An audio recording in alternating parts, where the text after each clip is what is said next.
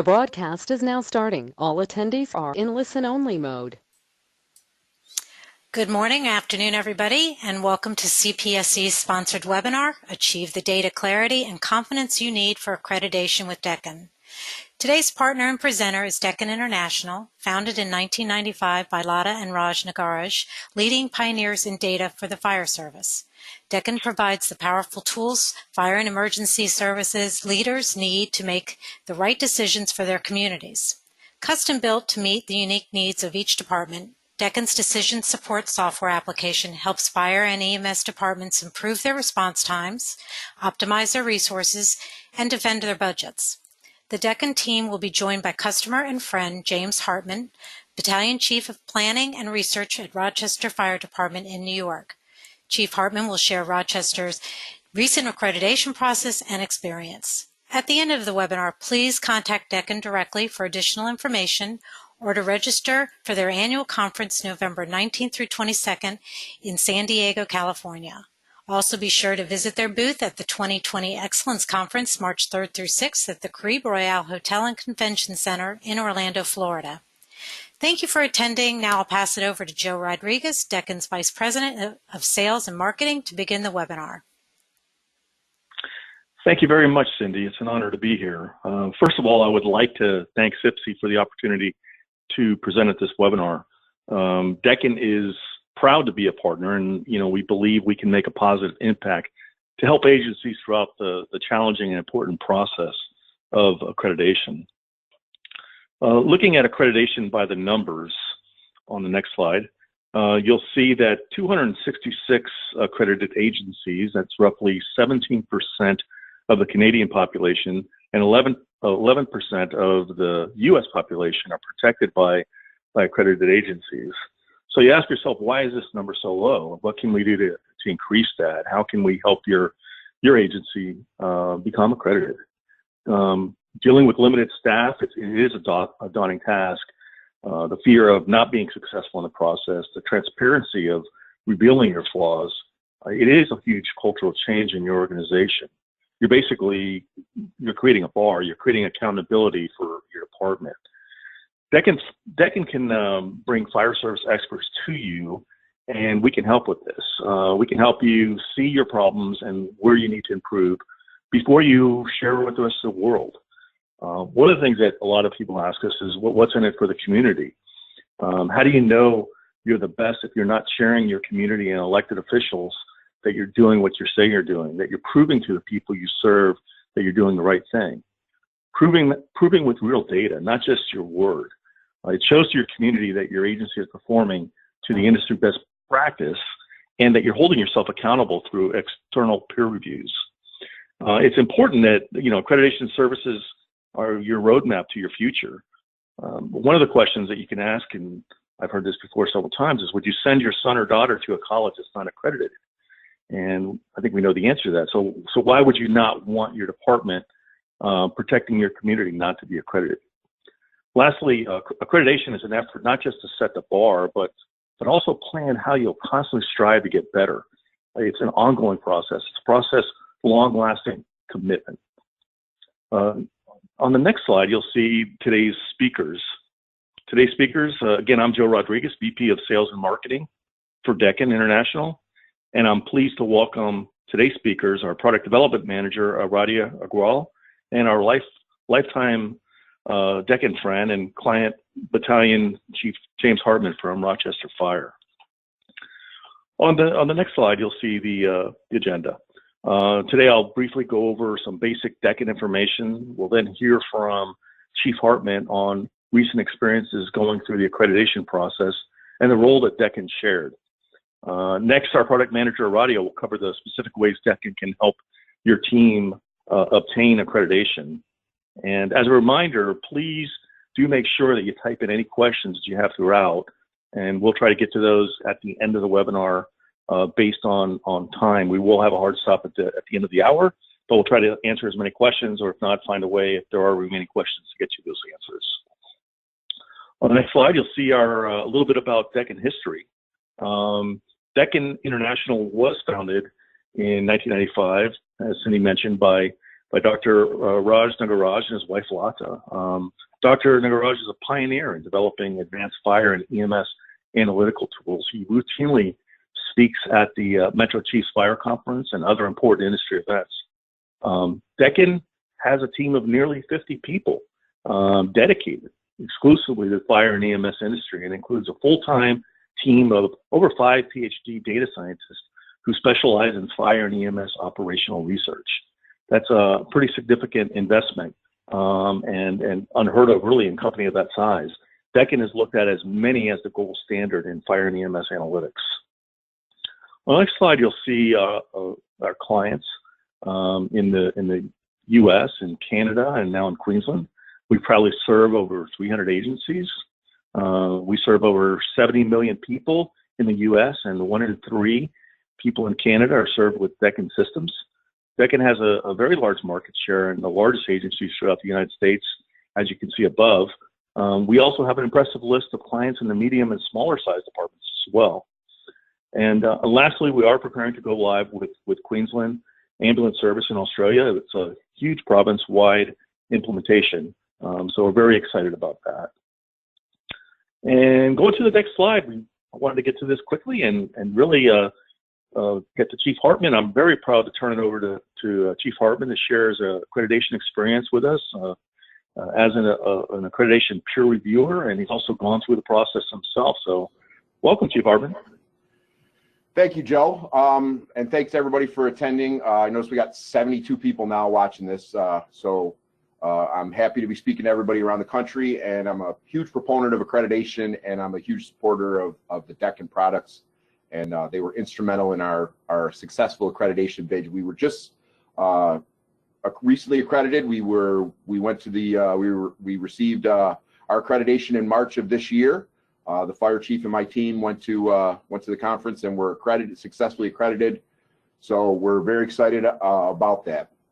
A little bit about our department. We're a medium-sized department using the model that Joe's talking about. We're anywhere between 210 during the night to 270 during the day. We have extremely dense city with facing a high volume of fires because of socioeconomic concerns and just the normal Northeast problems. We average about 48,000 responses a year based off of 34,000 incidences. We do about 40% of it's EMS. So we do EMS first response. We have a contract ambulance that does ALS transport for us. How this came into play in accreditation is we were, with all our specialty teams and technical rescue and responses, we wrote to almost every criteria. The only thing we did not have to address was aviation response, because we have a county county fire department that works directly with the airport, and we only provide mutual aid. But we were responsible for addressing technical rescue, hazmat, EMS, Marine, all those things. So our standards of cover was extremely in depth and was addressed all of those issues. So we have some experience in all the major areas. Next slide.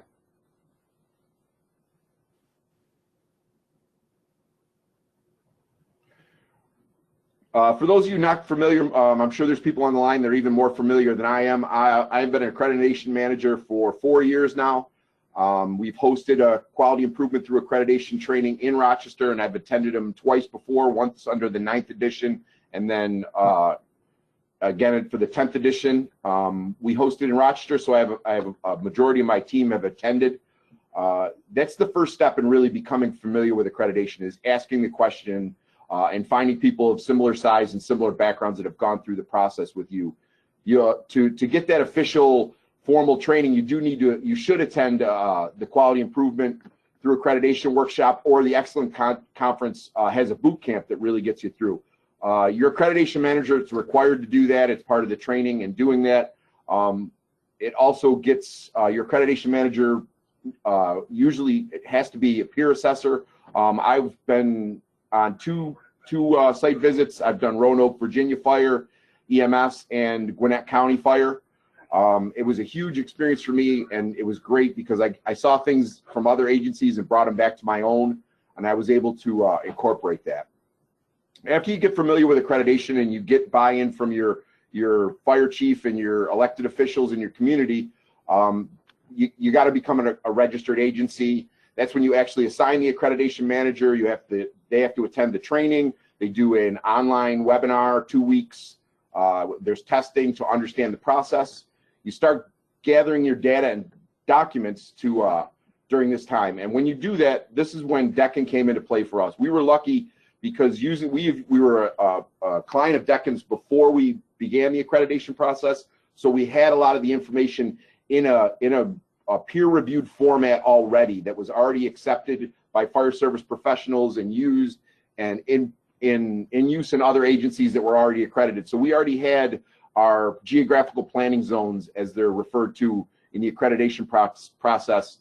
We had them as first due districts. It was just a terminology change, but we already had information on all those districts together because we were already using ADAM and CAD Analyst and those processes.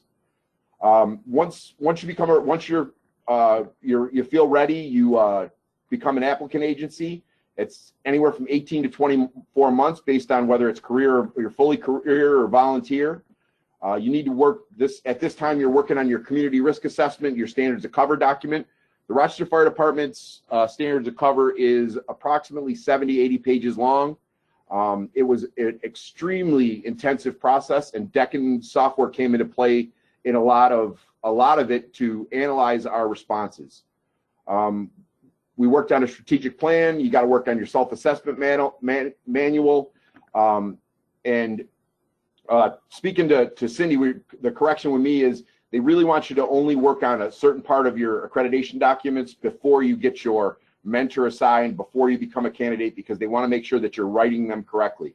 And that's one of the things that Deccan and bringing people in with experience that can have you on the right track. One of our concerns, one of the problems we ran into is we weren't putting our data in the right format.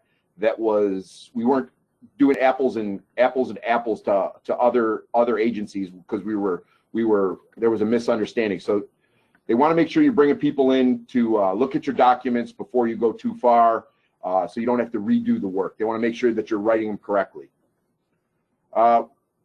Once you're during the applicant agency period, you get assigned a mentor, and that mentor is a hugely experienced person from another department, usually a similar size department with a similar experience. Mine was outstanding. It was a chief officer who was able to walk me through the process and really help me out and get me on the right track. They're there to help you. They were available to me all the time. Everybody there at CIPSE has been great, and CFAI has been really great helping us get through the process.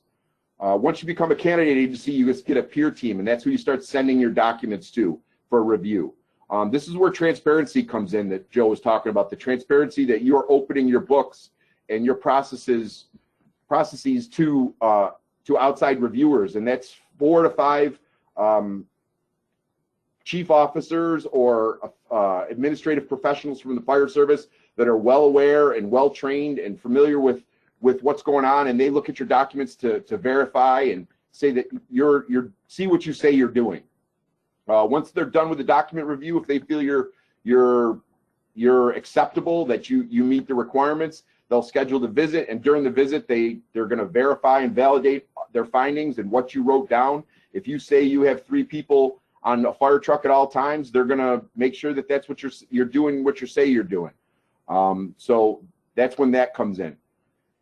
After that, after your site visit and the team's recommendation goes to the commission, you schedule your they schedule you to sit in front of the CFAI commission, and they vote on whether you're going to be accredited or not, or deferred or denied. And after that, it's up to you to continually improve yourself and follow your plan to move along and remain an accredited agency. And that's where we're at now. We've jumped the first hurdle, and now it's the continuing improvement and following along with the process and remaining an accredited agency from now on. Next slide. The role that Deccan played in our accreditation process was, actually, they didn't even know they were involved at first. because we were just using their software because as a client we had it and they'd already done the work. And the first example I wanted to use of how we actually used Deccan software in our accreditation documents is there's 252 performance indicators, and they're basically questions that are asked to see how you relate to their industry standards, their accepted methodologies of how you do things. And this performance indicator here is about documented and adopted methodology for response areas, geographical planning zones. And this is our map here that showed that we worked with Deccan to develop our geographical planning zones. We call them first due districts. And each one of those districts, each one of those colors, it's not just a time thing. It's not the old coffee can on the map, draw a circle around it, and that's where the big coffee can is where the engines go, and the little coffee can is where the trucks go. This is not just about response times. It's about the flavor of the community. It's about the target hazards. It's about the risk assessment. It's about the level of service and all the things that make these neighborhoods and areas and what we do. So all that information we needed to really dive deep into the data to make those determinations. And what's our response time to Engine 2's first in district for a hazmat, for EMS, for technical rescue, all those things. They're all different layers in each one of those geographical planning zones. Next slide. We also used the box area automated run card builder was to establish that we had determined and documented and adopted a methodology for the providing of service in all those areas. And that's what I was talking about, is that we could verify and validate that we were able to provide a certain level of service through historical data, that we were providing HRSA tool or extrication to this general area or this geographical planning zones and hazmat and all those things. It's not just about the response time of the first due unit, it's the response time of your entire effective response force and what you send to each one of those. And CFAI and the peer assessors aren't here to judge what you send. They're here to make sure that you're saying you're sending what you're sending, and you're actually living up to what you're telling your community and the expectations of your community in your standards of cover, that you're living up to those, that it's valid statements that you're making. The great thing about Barb is what we noticed was we were able to make sure we're always sending the closest, most appropriate unit. This comes into play too when we're a city that firehouses are 100 and 150 years old. They need significant maintenance. We're doing at least twice this year we've had to close stations and co-locate them with another station to do major repairs on there on the station. And Barb was great there to make sure that it would we could reflect these changes. And also if we have road closures, special events, we have a large Lilac Festival that brings in 300, 400,000 people. We have marathons that close off entire roads and we can't get through. All those things are Deccan software was able to answer the question when it was asked by the peer assessors and the reviewers. How do we deal with those out of the ordinary, not everyday events like special events and incidents? How do we deal with those? And how we deal with those is using the data that we received from Barb to get our recommendations about our running assignments. Next slide. We also have Adam and CAD Analyst. This was the software we used. It was key in us determining our total response time components. Another good thing about working with a vendor like SIPSI and Deccan, organizations like that, is they get you talking in a common terminology, something that could be related, that you can do apples to apples to other departments. We were not a total response time.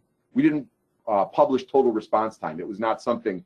We have a county run 911 dispatch, so alarm handling wasn't something we considered into our equation, but it considers into our citizens' equations. The community, they want to know the time it takes from when they call 911 until the first person arrives on scene that can solve their problem.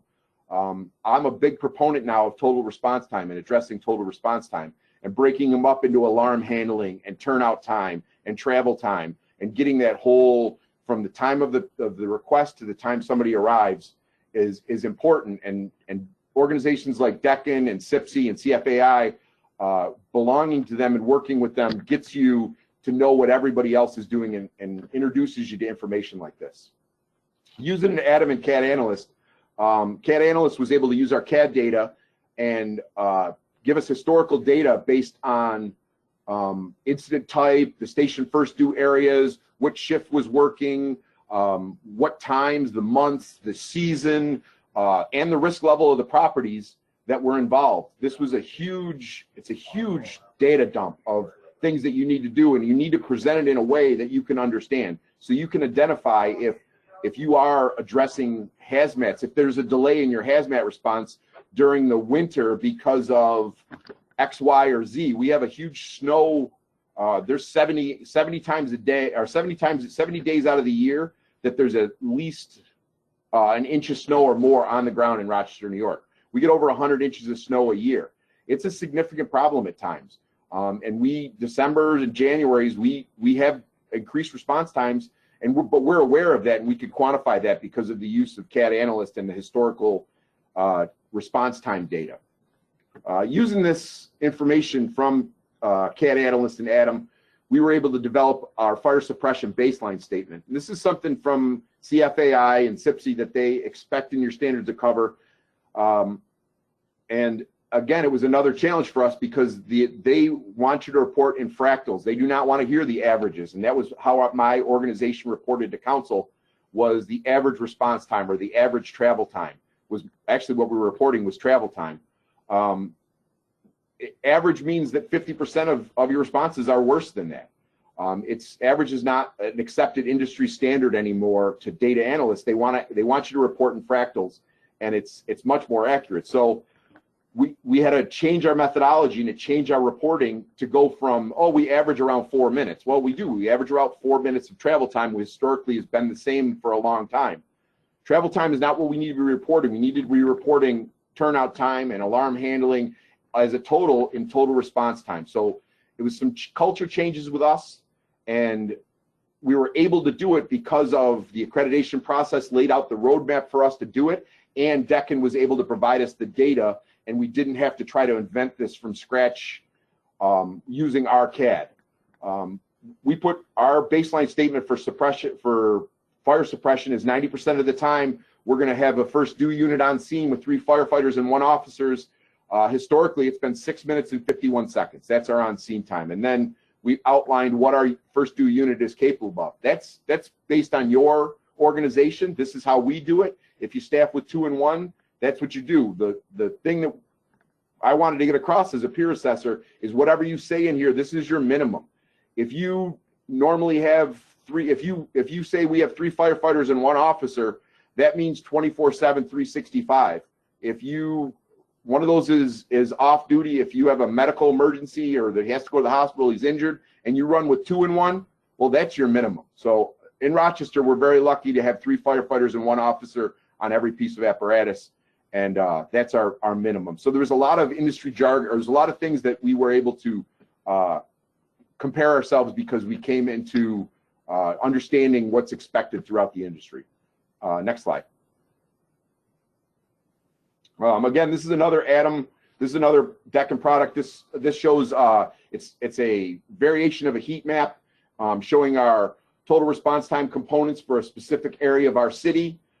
It was extremely important for us to address this 2C6, which is a core competency about the total response time components for service delivery in each service area.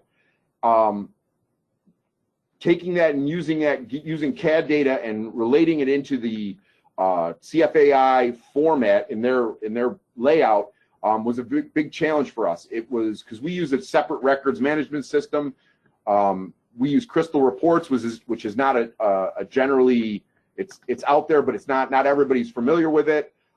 So having Deccan able to pull all that information together from Crystal Reports, our records management system, which is a local company, and the CAD data, which is from the 1980s, pulling that all together so we could get all the information in one thing was just too much of a lift for us. We don't have the staff. I have, in my office, I have one lieutenant, one firefighter, an administrative assistant, and then a QA person. I don't have the staff to do deep dives, data analysis on this. I need the experts. I need those 5 PhDs that Deccan has. I need their brain power. I need their software. I need their experience to make it even manageable. It was just a Herculean task to consider doing this without some sort of expertise. It's not something I recommend. It's been done, but I just think it's asking a lot of your personnel to expect them to do this all on their own. So each one of these performance indicators is broken up into components. The first component is the title, the actual question that's being asked. And the question is, the agency has identified the total response time, and you have to write to that performance indicator. The fact that it's underlined are the key terminology in there that CFAI wants you to present, that total response time components is really the information they're looking for.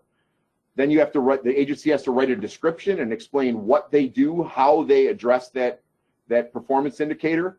Then you have to write an appraisal. That appraisal is how well you're doing what you say you're doing, how well it's working for you. The next portion of that is a plan on how you're going to get better moving forward. And then references. And you got to include the references, and our references were all the information provided from Deccan. All of our reports that are generated from ADAM and CAD analysts, explaining and verifying, showing what we do, that raw data and the process data that Deccan was able to give us in this nice visual interface, and able to explain it very easily. Next slide. All right, and now I'm going to pass it along to Aradia, and he's gonna take it from here.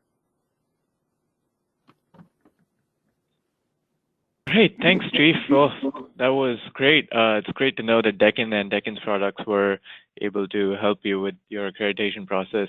Hello, everyone. I'm a product manager at Deccan. I'm handling a few of our products, and let's get into a little more about how our products can help with the accreditation process. On the next slide, please. Great. So Chief already went into some detail as to how CAD Analyst and ADAM can help with the accreditation process. But let's take a bit of a step back and see what these products are really about. So ADAM is really divided into 2 parts. The first part is the historical data review part, which is what we call CAD Analyst. And then the second part is a simulation tool for projections, which is what we are calling ADAM. So the product as a whole is called ADAM 2.0. So within CAD Analyst, basically what it does is it's a tool to review your historical CAD and RMS data. It helps you answer what is questions. So what is your current performance? And it also assists with standards of cover, of course. Chief went into a bit of that, but what it really does so well is segmenting your data by time and by space. So by different spatial segments like planning zones or response zones, and by different time blocks like hour of day, day of week, a month of year. CAD Analyst also has a lot of reports that it exports, which really helps departments with building their standards of cover. And we'll go into a lot more of these reports in a bit.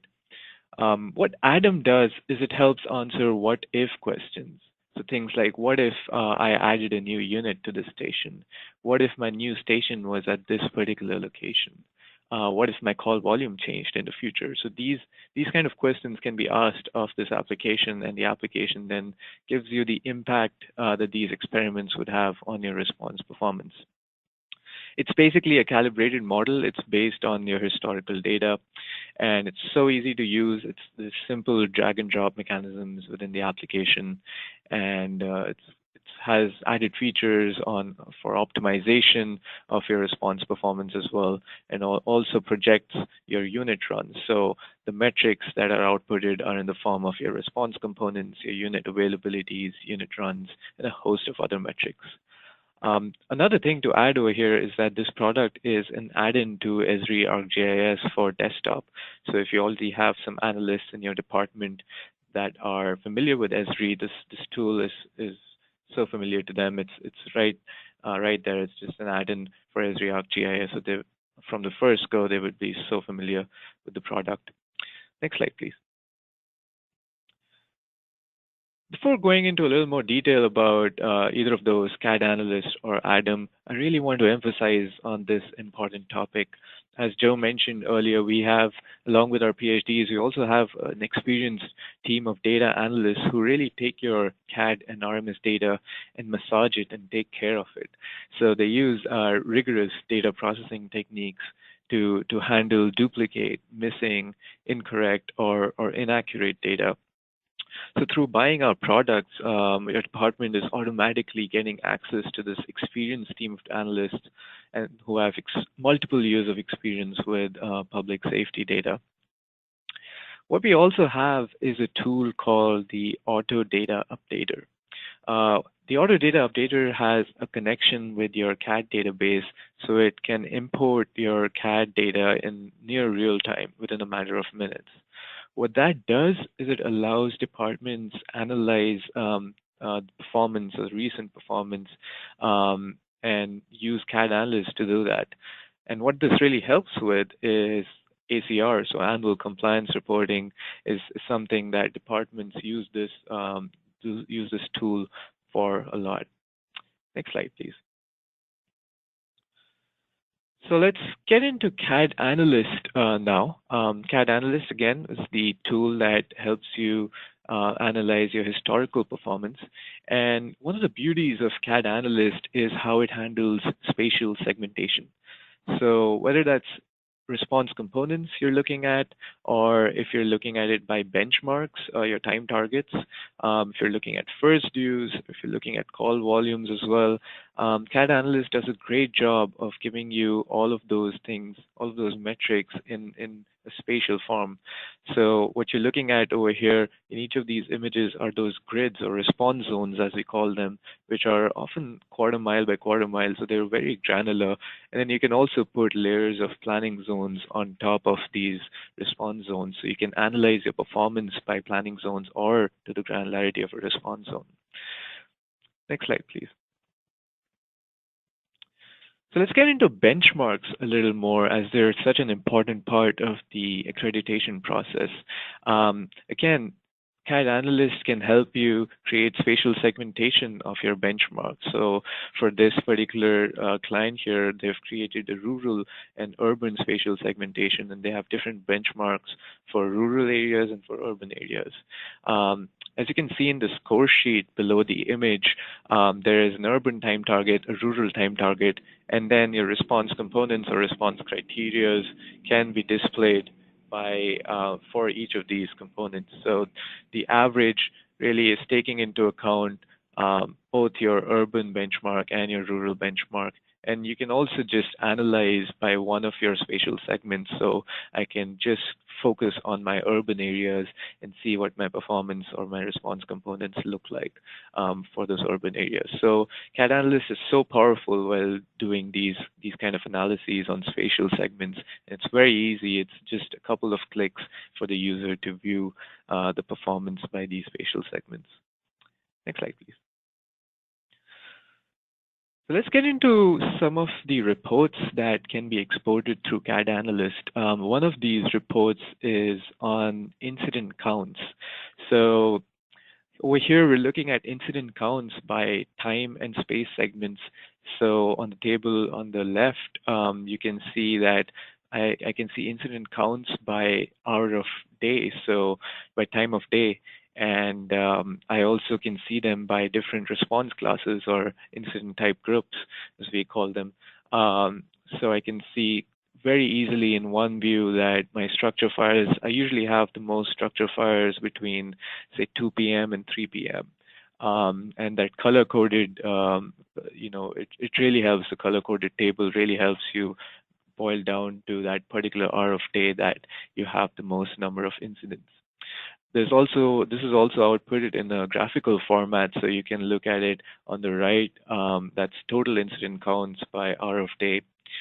As far as the segmentation or spatial segmentation is concerned, we can output the incident counts by planning zones or by any other spatial segments that are used in the application.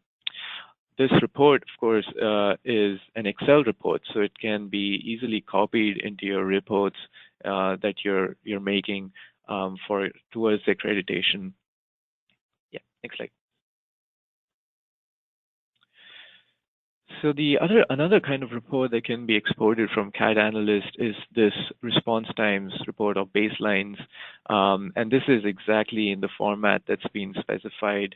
Again, it's an Excel report, so it can easily be copied into your existing reports.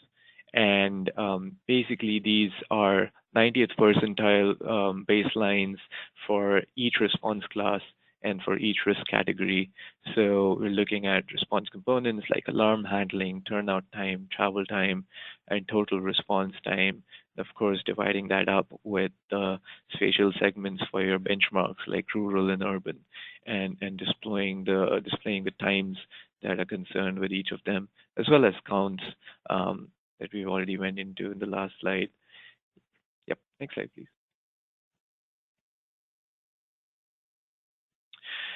A third kind of report that can be exported from CAD Analyst is unit hour utilization. We know, we've heard from a lot of our clients and a lot of our users that this is something that they wanted to track in our application, and now we're able to export a report that measures unit hour utilization not just by unit but also by unit and time of day. So I can really drill down into the details through this report here. I can look at, say, Medic 6, which has an overall unit utilization of around 24.88%. But when I really drill down into the time of day, I can see that the unit hour utilization varies quite a bit across the different hours. I can see that it goes all the way up to 34% between 3 p.m. and 4 p.m. and it's only 9% at 4 a.m. to 5 a.m. So it really helps me drill down into the details, and I can do this for each of my units. Again, this is an Excel report. It's an Excel export, so it can be copied and put into any of your existing reports or documents that you're creating. Yeah, next slide, please. This is another export from CAD Analyst, and what this really is the Esri dashboard. So this is exported in the form of a web link, so it's easily shareable with anyone who has the link. The sharing settings can be defined, of course. So if you want this to be shared only to certain people within your organization, then that can be set up. But basically what this helps with is to give the user a view of all your important metrics at once. So there are different templates of these dashboards that can be created. Deccan has created about 5 or 6 different templates that we think are very useful to majority of our clients, but we can work with you to create a customized template for you. So this particular template here shows incident counts by hour of day, by day of week, by month of year, incident counts for some important response classes or incident type groups, like structure fire. A client can add EMS echo in here as well, if that's more important, and total calls. There's also a pie chart which gives you a good sense of how your incident counts are distributed across your different response classes or incident types. And finally, there's a great spatial view of how your incidents are distributed across your geography. And you can look at particular, what's really cool about this is you can also just drill down to particular planning zones or first use as it is configured for this application. So we're only looking at the first use of, I think, station 6 and 11 right now, and it's showing the incident counts for those first use only. So you can drill down into particular spatial segments and view the incident counts for that segment. Yeah, next slide, please. So let's move on to Adam now, and this is where things get really exciting. As mentioned earlier, Adam is a predictive modeling tool that lets departments answer what-if questions. So what if I add a unit to the station? What if I add a new station to this location? What if I close a station? How is that going to impact the performance? Of course, what if my call volume increases? Call volume does increase year on year, and so this can help with planning for later years. And also, what if an existing hospital is closed? How is that going to impact my response times, my unit availabilities, my unit runs? So Adam is basically a rigorous mathematical model, and it's configured according to your historical performance. It accounts for unit availabilities, so it's accounting for the fact that not all units are always available, which is a major differentiator from drive time analysis, which considers that units are always available. So that's something Adam really is good at. And so what it basically does is helps you figure out ways to close the performance gap. So through Adam, you can conduct a lot of different use cases or experiments, and we'll go into that in the next few slides. But what these experiments really help with is figuring out ways to close that performance gap. Yeah. Aradia? To the next slide. Yeah.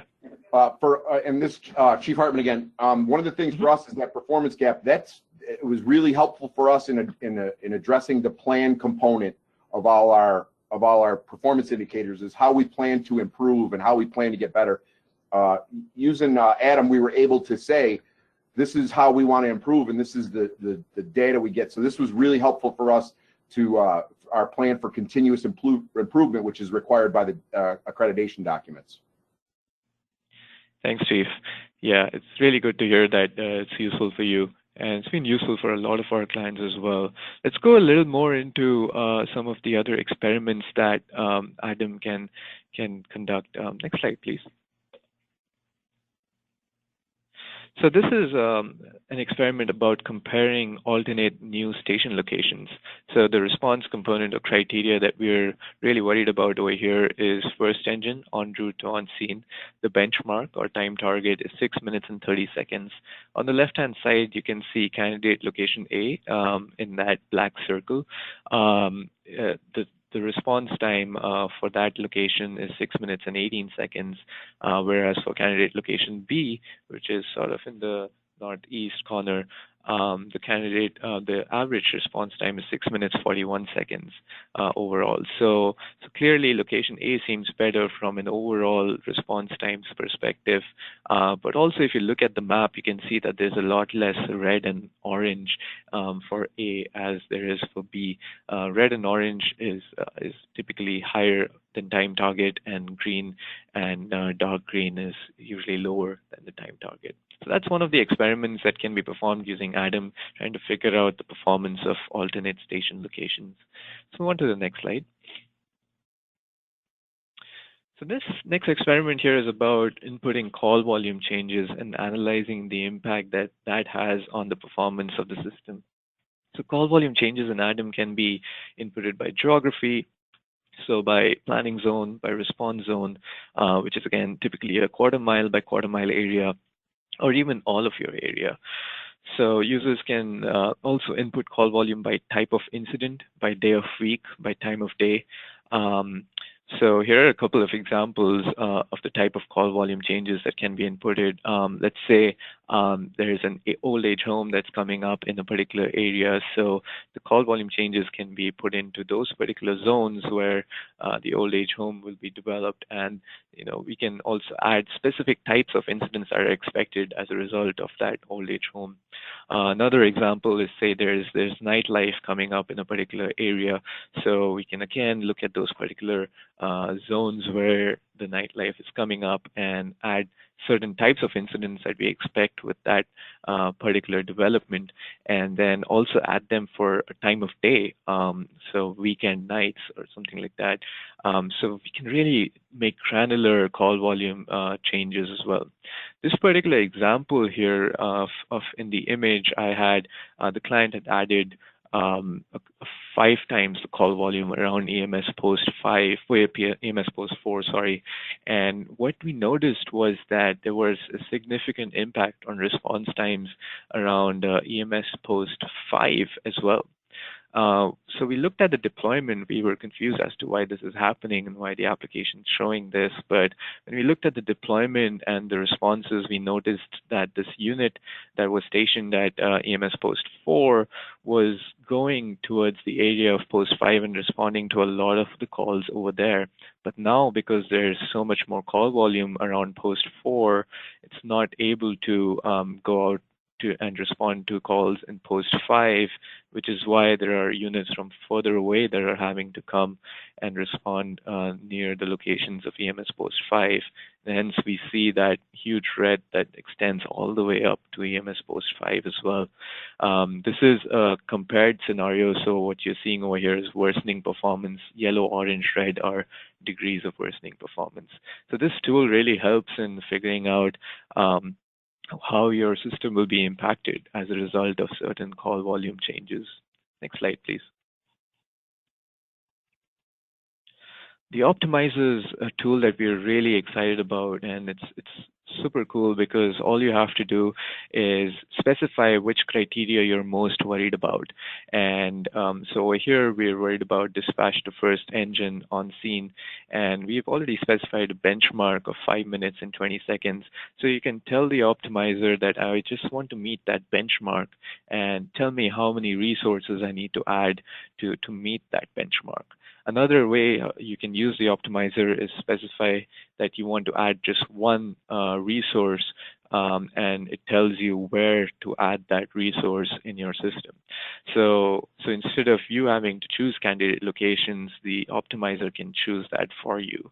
So before deployment, on the left-hand side, you can see the response time was 5 minutes and 32 seconds, which was above the benchmark. But after telling optimizer to meet the time target goal or to meet the benchmark, the optimizer recommended adding 3 additional resources to the locations specified here. And the resulting response time was 5 minutes and 17 seconds, which was below the benchmark. This is a really cool tool which helps departments figure out where to place their resources or how to get below their benchmarks. Next slide, please. Let's get into one of our other products right now. It's called LiveMum, and what it is a live move-up module. It's a web-based solution, so there's a huge map that's a part of this tool, and that really helps departments figure out how their coverage is looking in real time. So it is a real-time application that is connected with the live CAD system. So what it does so well is it identifies coverage gaps. In that small image that you see, you can already see some oranges and reds, and those are really the coverage gaps in real time. And not just does it identify coverage gaps, but it also recommends move-up solutions. So it recommends certain units to move to different stations so that they can cover the areas that are not covered right now. So what it really does is it helps maintain response coverage. The application can also be customized to match business rules. Of course, the objectives of LiveMum is, as I said, it's to maximize response coverage throughout the geographical area. But we understand that crews don't really like to move up a lot as well. So one of our objectives is also to minimize the number of move-ups and minimize move-up travel times. We also want to make sure that the areas that the unit is being moved up from don't worsen too much. So we're accounting for that as well.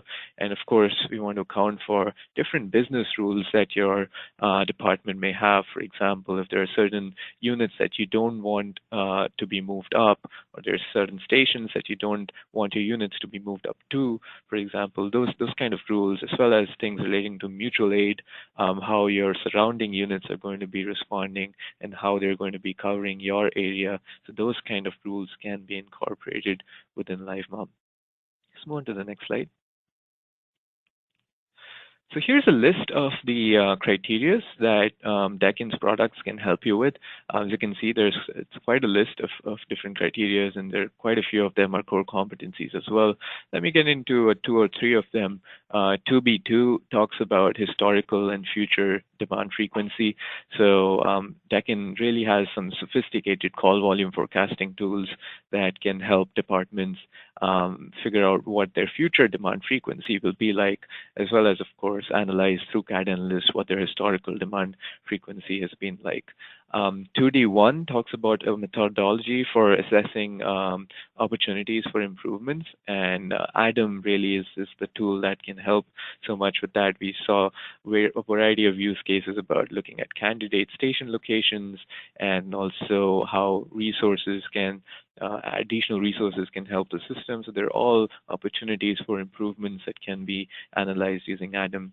2D3 is about balancing service capabilities, new conditions or demands, and that goes right into that call volume feature that I was talking about earlier, and that helps departments figure out how their response performance would be like as a result of new demands and new conditions as well. Let's go on to the next slide.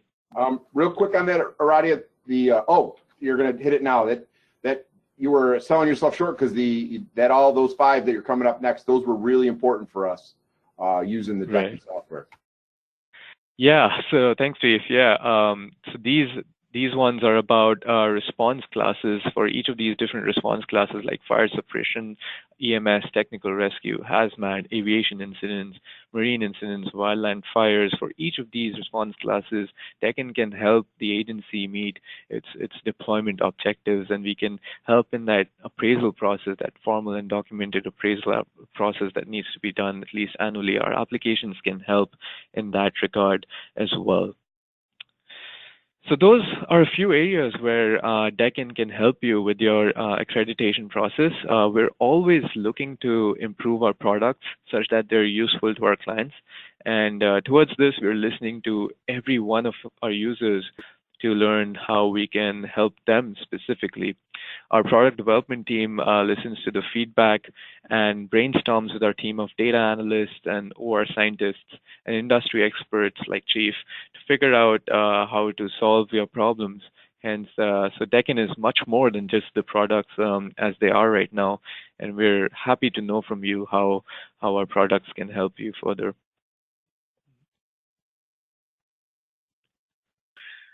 Thank you, Aradia and Chief Hartman. Those very informative presentations. It looks like we have about 7 or 8 minutes left till the end of the hour, so we have some time now to do our Q&A with the remaining time. So, Cindy, I guess I'll turn to you and see what questions have been submitted. Okay. One for Chief Hartman here is wondering if your Deccan tools are pulling from your RMS or your CAD, and he's sorry if you already covered that.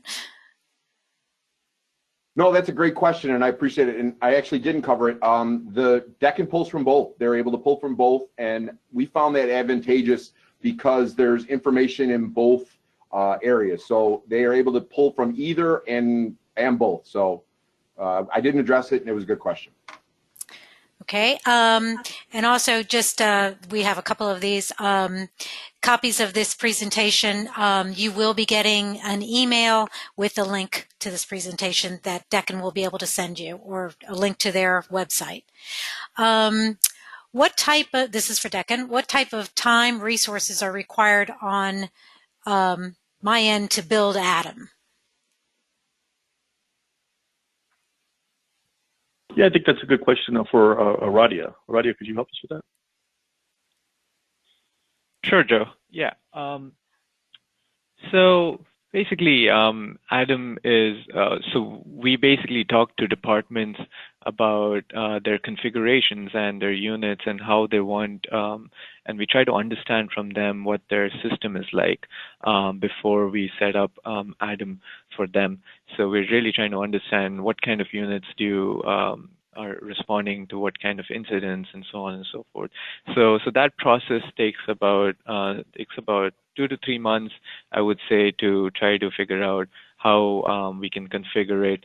And then about half a year is what I would say is an average time of when you could actually get the application in your hands.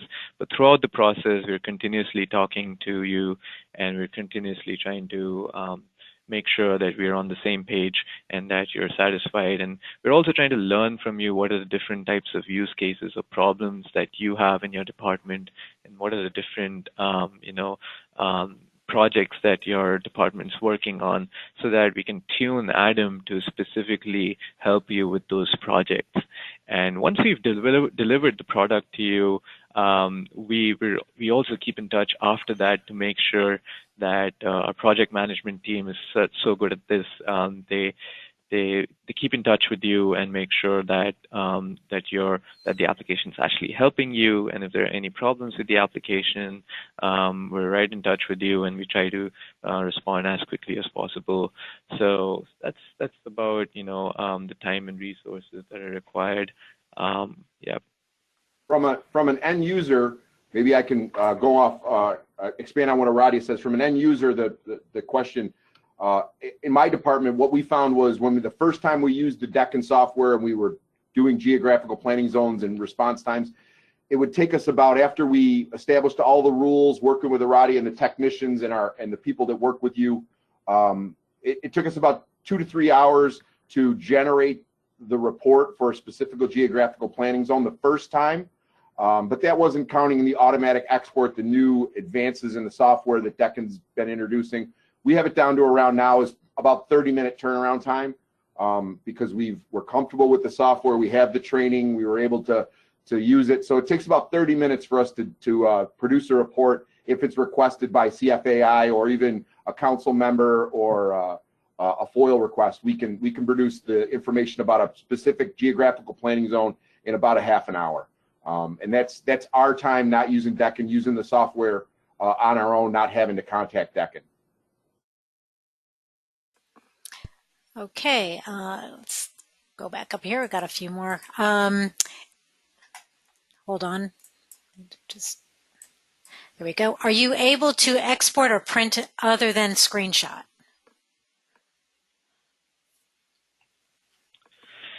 Sure. Yeah, let me answer that question.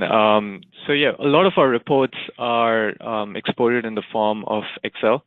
And so through those Excel reports, you can either use those reports directly, or you can, of course, go ahead and copy those tables or graphs that are outputted in the form of Excel. And we also output our maps in the form of PDFs as well. So you can use all of that and put those into your existing reports that you're creating, or use those, of course. Okay, Aradia, this is probably for you too. Are Adam and CAD Analysts two separate products?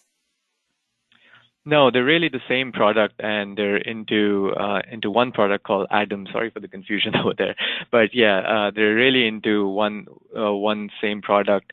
And there's a historical analysis tab, which is CAD Analyst, and then there's a predictive modeling tab, which is Adam. But if you're interested in just, say, the historical analysis portion of things, and if you're not interested in Adam, for example, we can work with you to give you CAD Analyst separately as well. So that's always an option. But if you do have Adam, we do recommend that you get CAD Analyst, as that is a better workflow of understanding your historical performance and then going on to conduct certain experiments on Adam.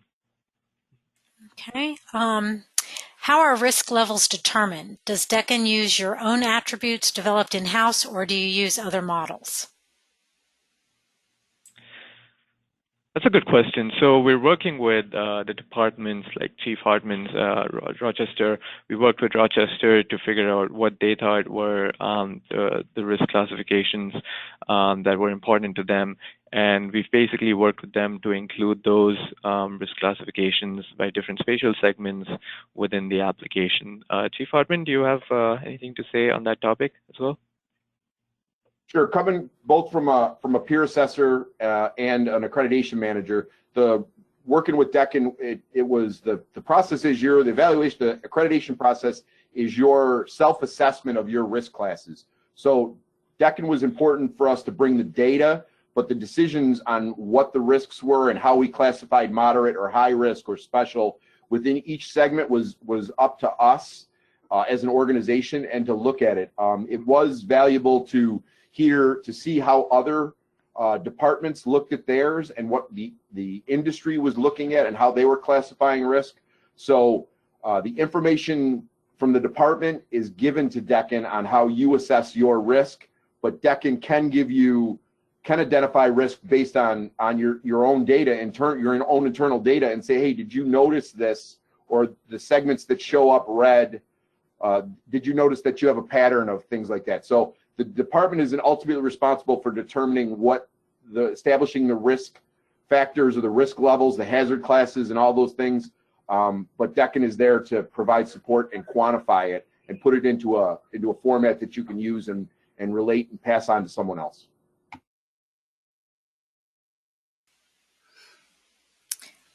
Okay, there is one last question that we can sneak in here, even though time is technically up, but this is for Chief Hartman. Did you do all the analysis for your SOC internally, or did you utilize Deccan analyst staff to assist in some areas? We utilized Deccan staff to help us.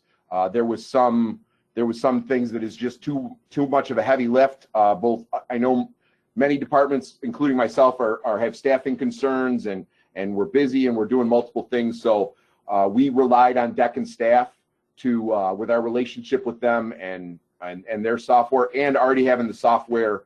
Having it being a client and having that software already, we did rely on it. So you have to give them the credit that they were there for us to do this. We did some things on our own that now Deccan can do. With their new products, they can do more than they could do for us. So it was definitely a team effort, and we probably could not have done it without the Deccan software, the suite of software. Yeah, and let me add a little bit, Chief. Also, part of what you purchased from Deccan is you're assigned a full-time project manager who assists with things like that, and who you can call anytime and get help from. So I think, Chief, you agree that our project management is different than most companies. We're there to help you all the way through the process.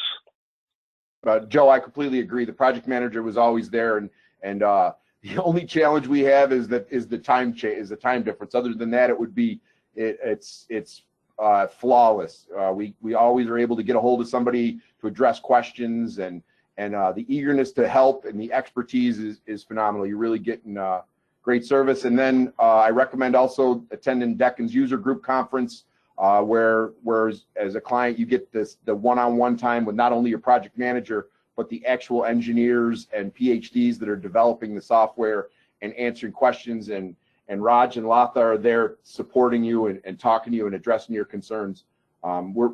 You're not alone when you're working with Deccan. Great. Well, thank you, Chief. I know that we're past time here by a couple minutes, so I'll just wrap it up. I want to thank all our presenters today, especially Chief Hartman.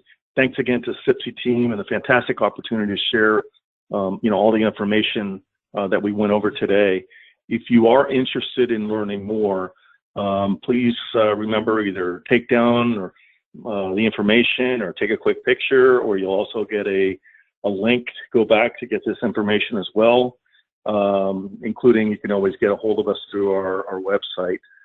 Please be sure to follow us also on our Facebook, Twitter, and especially on LinkedIn, which is really growing significantly, and we try to publish a lot of information on an ongoing basis. Thanks again for everybody's time. It's been a pleasure. Thank you, everybody, and webinar is now over. Have a great afternoon.